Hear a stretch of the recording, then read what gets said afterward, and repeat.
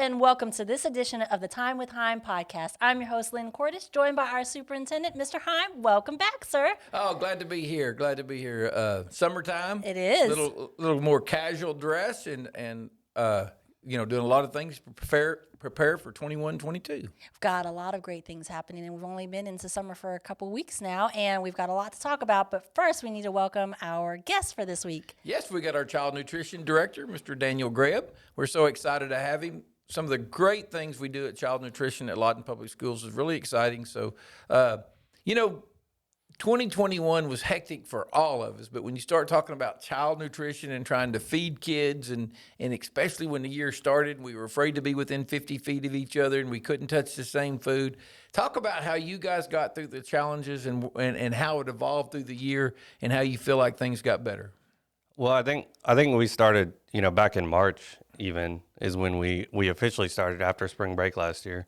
We started with our drive-thrus. And so when the drive-thru started, no one really knew what to do. So here in Lawton, we started the Monday after spring break, which was one of the first school districts to take off. And then when that started to pick up and keep going, we kept that going. And then when summertime hit last year, we decided to continue with drive-thrus.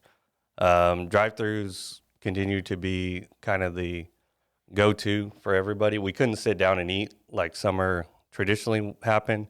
So they continued that into the school year. So when school year started, they asked the question of, how do we feed kids? How do kids sit in cafeterias? What do we do? So we began to put a plan together with the school and then with Sodexo, where do we do? How do we feed? How do we package food? How do we get it to students without exposing them at the time for long periods of time? So when school started, it was a little different. Everything was packaged to go.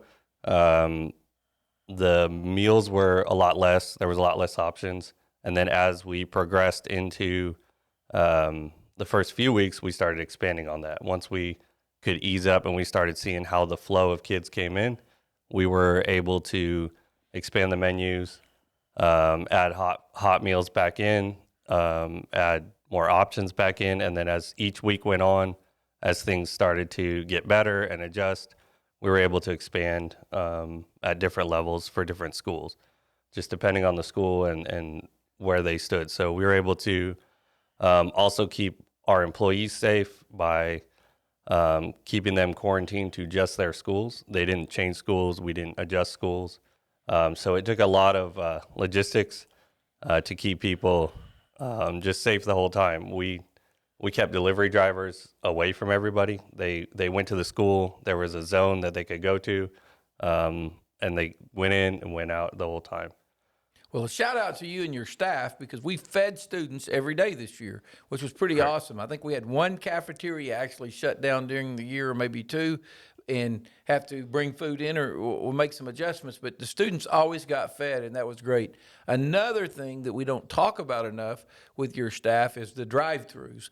The thing we did this year that we kind of added was we continued those on our long breaks where people could pick up meals on Mondays for the week, especially for their students that didn't normally get to eat on like spring break, Christmas break, Thanksgiving break, and some of those times. And one thing people don't talk about that's a shout out to your staff is when you do that, people have to work times that they don't normally work. Correct. Therefore, we had cooks and employees putting in time to feed people that wasn't their normal work time. So that's a great shout out to them.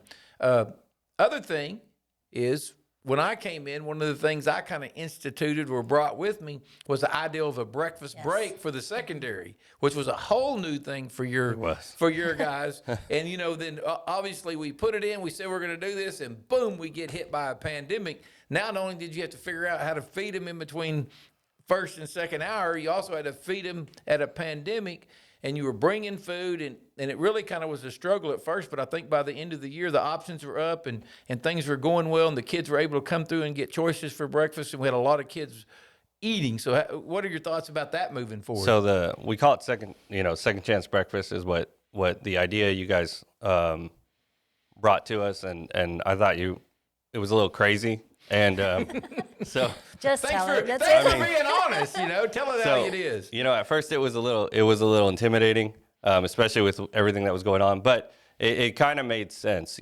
so we bought the equipment we needed.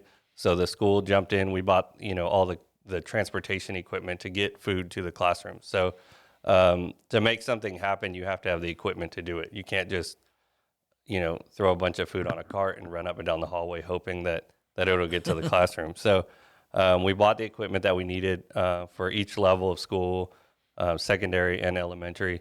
The elementaries all ended up eating, breakfast in the classroom, and that I think has worked out well for all of them.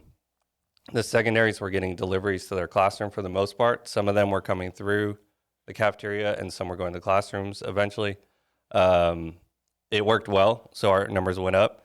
Then towards the end of the school, when it started to ease up and getting a little more comfortable, then we switched to going through the cafeterias, and we increased the choices, 5, 6 choices and hot choices at that point. And so they, you can get whatever they wanted. And then, so almost all the students were eating at that point. Our numbers went up a couple hundred at each school, it seemed like, and it's fast. So there were 2 sessions of 10 minutes basically at each school. They each run a little different, but it's basically 2 10-minute sessions. They're in and out in 10 minutes. And that's a shout out to your child nutrition workers, because we're talking schools of 800 students going through, and you're saying most of them are eating, so you're feeding 750 students in 2 10-minute sessions. And that's great. I mean, when you think about it, because my ideal comes with that, and I'm glad when people buy in after they think I'm crazy, by the way. but the most important meal of the day, most will tell you, is breakfast, and especially for school-age children, because if they're hungry, they're not learning. Right. And so, it's 2 ways it makes it work. One, it's a great idea on my part to say do it, but if the food's not good, Yes. they're not going to eat it. And it's a tribute to your staff and you guys, because as the year went on and when you were able to give them choices, I heard great things about the breakfast, and people were very And that's excited. what I was going to say. My daughter, who's middle school, at the beginning of the year, she was just excited to have breakfast, after she had been in, because they're hungry all the time. Right. But the hot breakfast, she would come home every morning. Guess what we had today? And she really loved it and loved everybody on, in the team and getting out the food out there, because we had staff helping too to pass out that breakfast in addition to the child nutrition. So it was really remarkable just to see the growth throughout the year. Yeah, and the second chance really kicks in that in the morning, the kids could come in, still eat, but they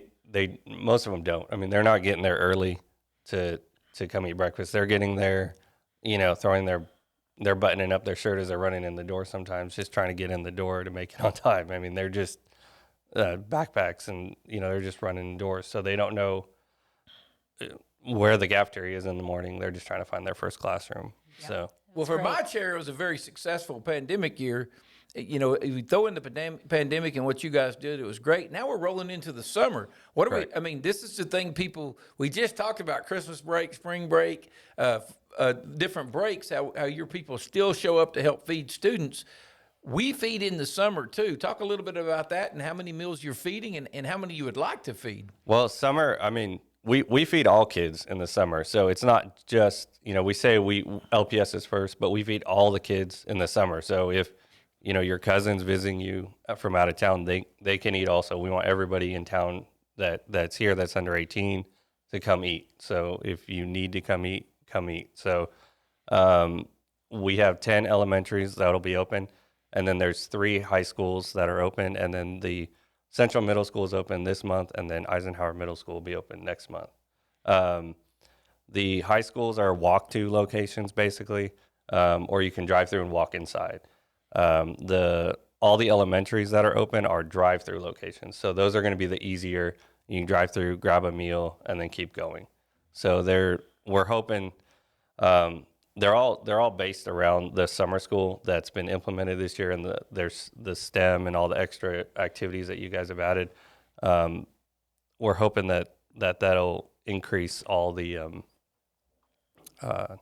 attendance that's coming in. So it should, whatever's there as far as student base, that plus whoever comes through the drive-through. Now, are we feeding breakfast and lunch 5 days a week, 4 days a week? It's Monday through Thursday, and then they'll take home food on Thursday. Okay, breakfast and lunch. Yes. Well, so we're doing great things, feeding a lot of kids. Tell me what, if parents, students can look forward, because, one thing I'll say in coming that I like about Daniel a lot, and again, you hadn't been here much longer. We kind of came in about the same time, is you look to the future and you're trying to, you want to be better. And you want the program to expand and have more options and opportunities for students. So what's on your mind, and what are your challenges, and what are we looking for in 21-22? So I know the LRC is opening next year. Life Ready Center. Yes. Yeah, the Life Ready Center is opening, and so we've got some plans. Miss Oates and I are meeting. I know she just messaged me today, so we're meeting to look at what we're going to do for there. We're looking at having food available the whole time is kind of the idea that kind of a Almost like a college style. yeah, like a college university setting where because students aren't there the whole time, we want them to be able to eat while they're there. So if they're there at an odd hour and they'll miss the lunch period, they can still eat, get back to their class, or eat and get back to school.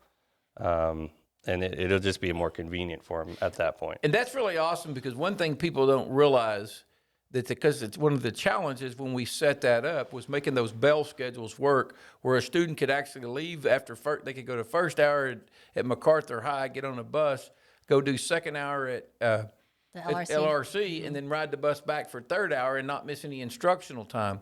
Well, the problem you can get in there with, like you said, throughout the day, you could get squeezed for a lunch or a breakfast or some of your break times there. So it's awesome to know that you're going to have food available. So even if it looks on the schedule, they don't have it, they can grab it and eat it on the bus one way or the other. Correct. Or whatever. So that's awesome. Yeah, it'll be more of a to-go,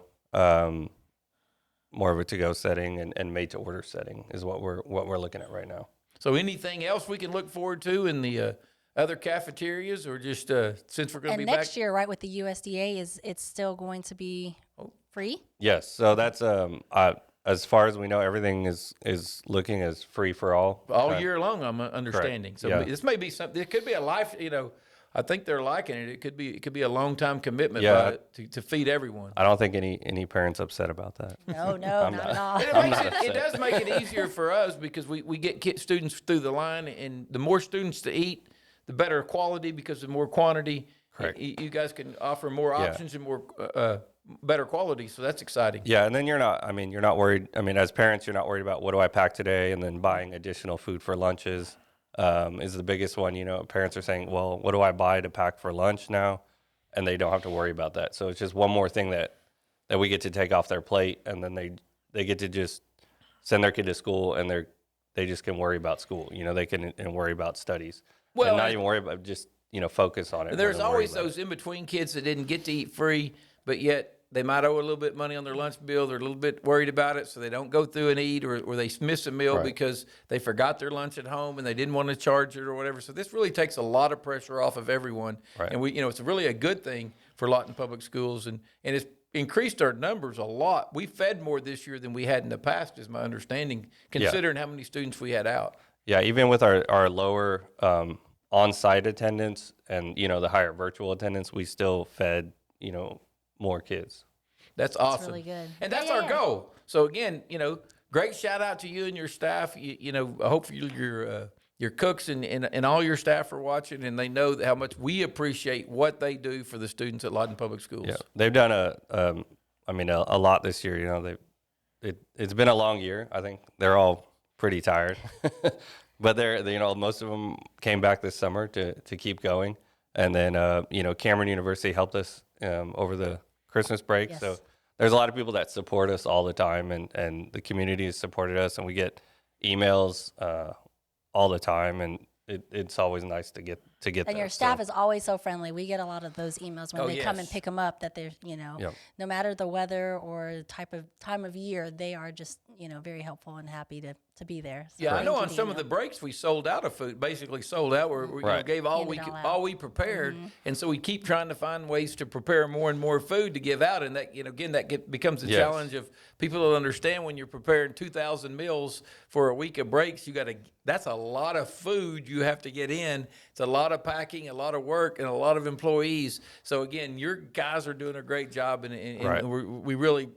it's really a great thing, not only for the school, but for the community that we're doing that. So big shout out to them. Thank you, Daniel, for you. joining us. We really appreciate it. You know, you'll be back, I'm sure, when we get ready to kick off the new year and share what's going on. So Yeah, hopefully our plans, we're putting them together, so hopefully we'll have more Yep. as the summer rolls around. And if you guys are looking for the pickup times for the grab and go at the secondary sites or the elementaries, we have it on our website and social media, and we're always available to answer your questions. So we hope we can see you there as well. Is that website lawtonps.org? Yes, sir, it is, and we'll give them some more. And again, if you got questions, info@lawtonps.org. And we're there 24/7, so we'll Yes. always answer you. Maybe not at 3 o'clock in the morning, but We try to. People don't realize that. I get that sometimes, and somebody, I didn't know you were to answer. Yes. Well, sometimes I'll just call somebody that sends an email, or I'll forward it to the proper person to answer that. But we try to answer most, if not all, of those calls. That's right. Or we add it to our Emails. podcast as Yes, well. So that way yes. we can share with our community. Well, let's get into what's going on as we're updating. Let's talk about Edison and some updates from the other schools. Well, you know, Edison in the big freeze got flooded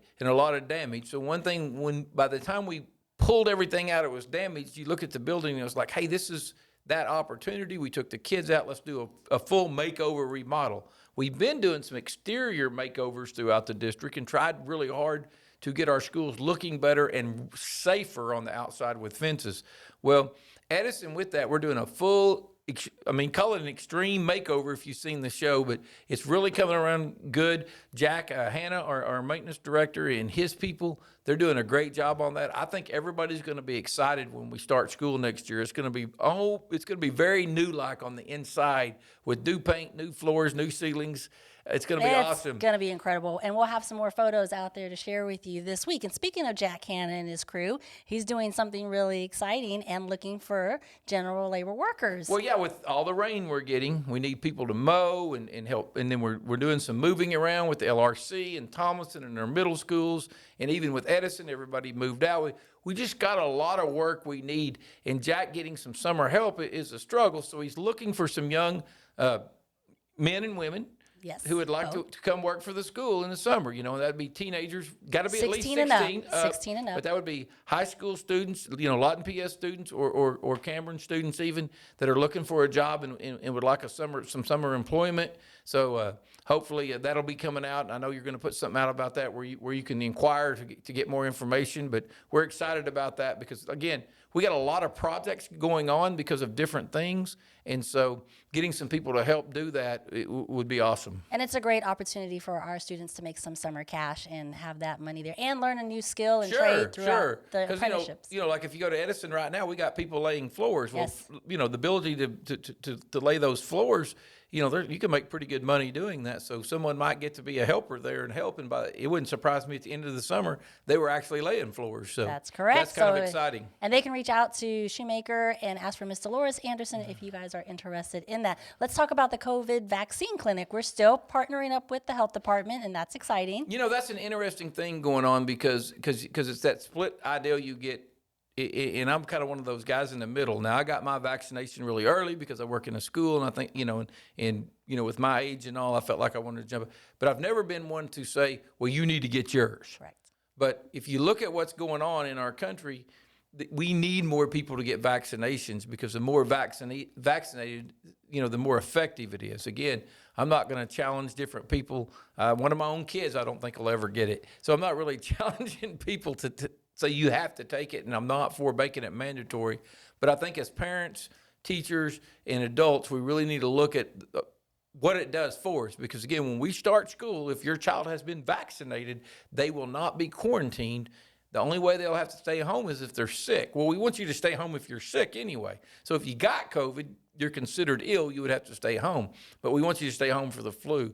But if somebody in the classroom gets COVID, you don't have to stay home. Right now, we won't have a mask mandate going into next school year, but you never know what the numbers go on. And there's been a lot out there that the CDC is saying those vaccinated don't have to wear a mask, those not vaccinated do, and all that stuff. And so the more we get vaccinated, the more we keep this under control. It keeps us from having to make those decisions and deal with those things. So again, it's a personal decision. But if it's something you're thinking about doing, please talk to your doctor or talk to the health department.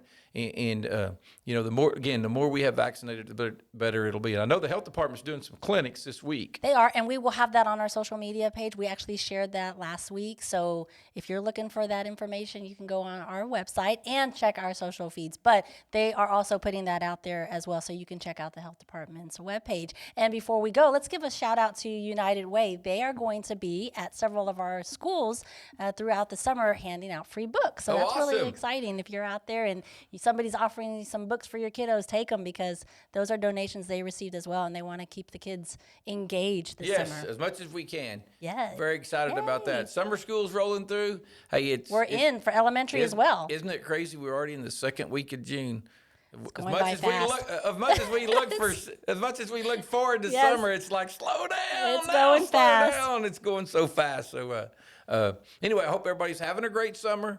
Again, we're still here. We're making a lot of preparations. We're gonna try to be prepared and make improvements as we go on for the district and get ready for our teachers and students to be back in August. That's right, Mr. Hime. Thank you so much for your time. Thank you, Daniel, for Yes, coming and thank you, spending the Daniel. morning with us. We appreciate it. And if there's anything you guys need from us, tell them one more time where they can go. info@lawtonps.org. Email us. That's right. And we will see you next time. Until then, you guys be well, stay safe, and make positive impacts. Have a great week.